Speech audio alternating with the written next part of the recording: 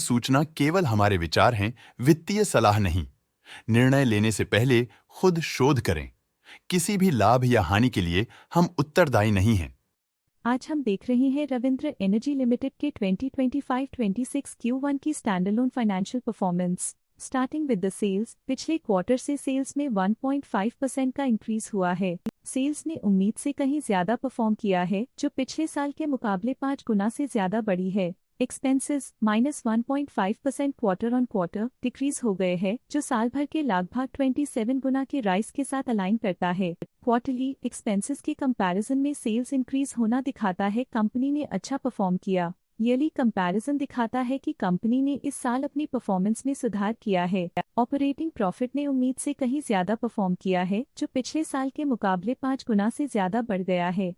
Quarter on quarter around 19% increase हुआ है। Operating profit margin OPM annual basis पे 38.5% से इंक्रीज हुआ है और पिछले क्वार्टर के कंपैरिजन में 2.5% से इंक्रीज हुआ है। एक्सेप्शनल आइटम्स को ऐड करके अदर इनकम पिछले क्वार्टर के कंपैरिजन में 108% बढ़ गई, बावजूद इसकी ईयरली डिक्लाइन -91% हुई है। इंटरेस्ट एक्सपेंसेस पिछले क्वार्टर से -7% डाउन हुआ, लेकिन ईयर ओवर ईयर डिक्रीज -36.5% हुआ है। डिप्रिशिएशन कॉस्ट में 5% का क्लाइम देखने को मिला और ईयरली बेसिस पे 55% का इंक्रीज देखा गया। प्रॉफिट बिफोर टैक्स एनुअली लगभग 2 गुना बढ़ा, लेकिन प्रीसीडिंग क्वार्टर से लगभग 1.5 गुना बढ़ा है। इस साल कंपनी ने 24.5% टैक्स पे किया और क्वार्टरली कंपनी ने 0% टैक्स पे किया है। नेट प्रॉफिट ने ईयर ऑन ईयर अप्रॉक्स 3 गुना की वृद्धि दिखाई, जो कंपनी के लिए प्रभावशाली परफॉर्मेंस रही। लेकिन लास्ट क्वार्टर से 134% का इंक्रीज हुआ है। इस क्वार्टर में कंपनी का परफॉर्मेंस काफी अच्छा रहा। वहीं अगर एनुअल एनालिसिस की बात करें तो इस साल कंपनी का परफॉर्मेंस काफी अच्छा था। अर्निंग्स पर शेयर EPS में साल भर में अप्रॉक्स 3.5 गुना का इजाफा देखा गया, जो कंपनी की जबरदस्त परफॉर्मेंस को दिखाता है। साथ ही क्वार्टरली में EPS की अप्रॉक्स 2 गुना की बढ़ोतरी हुई, जो कंपनी की उम्दा परफॉर्मेंस को दिखाता है। इस क्वार्टर में कंपनी का EPS काफी अच्छा रहा।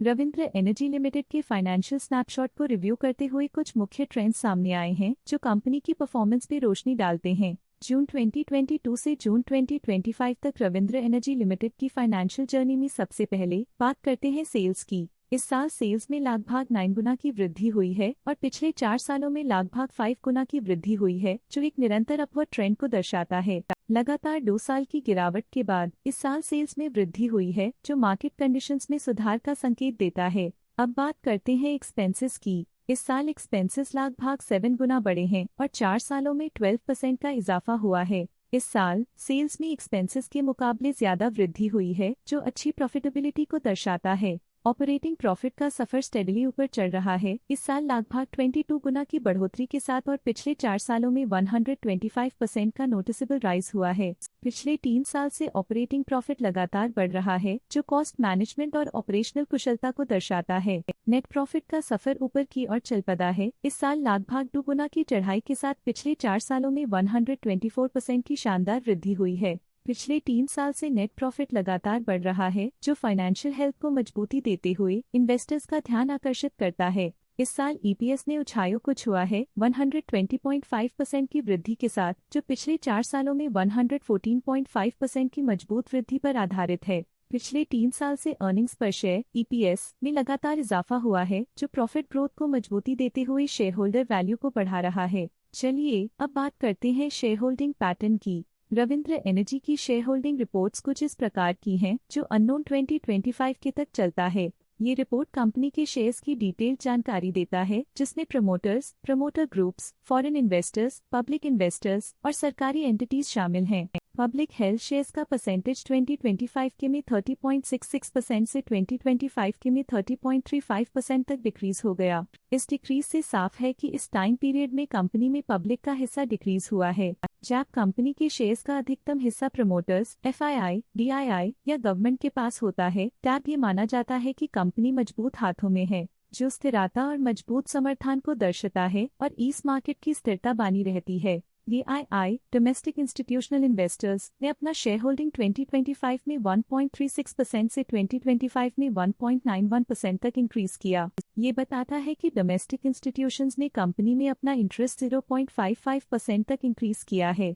फॉरेन इंस्टीट्यूशनल इन्वेस्टर्स के शेयर होल्डिंग में थोड़ा डिक्रीज आया 2025 के से 2025 के में, जो दिखाता है कि फॉरेन इंस्टीट्यूशंस ने अपने स्टेक को क्वार्टर टू क्वार्टर -0.24 से डिक्रीज किया है, जिसे पता चलता है कि उन्होंने अपनी इन्वेस्टमेंट्स को पुल बैक किया है।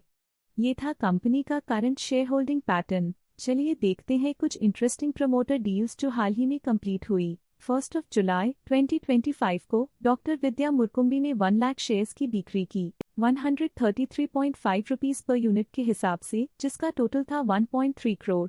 1 जुलाई 2025 को मिस्टर अभय वाधवा ने 2.5 लाख शेयर्स खरीद लिए 133.5 रुपीस पर यूनिट के हिसाब से, जिसका टोटल था 3.3 करोड़। 1 जुलाई 2025 को मिस्टर आलोक वाधवा ने 2.5 लाख शेयर्स अपने पोर्टफोलियो में शामिल किए 133.5 रुपीस पर यूनिट के हिसाब से, जिसका टोटल था 3.3 करोड़। 1 जुलाई 2025 को मिस्टर ध्रुव रोजेकर ने 2.5 लाख शेयर्स अपने पोर्टफोलियो में शामिल किए 133.5 रुपीस पर यूनिट के हिसाब से, जिसका टोटल था 3.3 करोड़।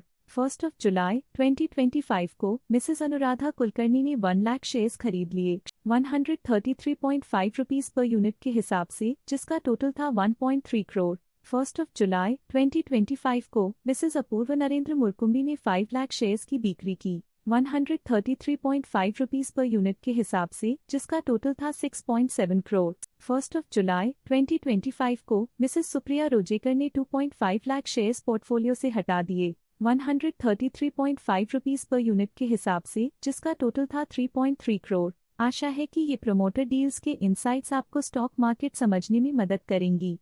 आज के लिए फाइनेंशियल सेक्टर में इतना ही। देखने के लिए धन्यवाद। स्टॉक लेटेस्ट न्यूज अपडेट के लिए चैनल को सब्सक्राइब करें और वीडियो को लाइक एंड शेयर करें।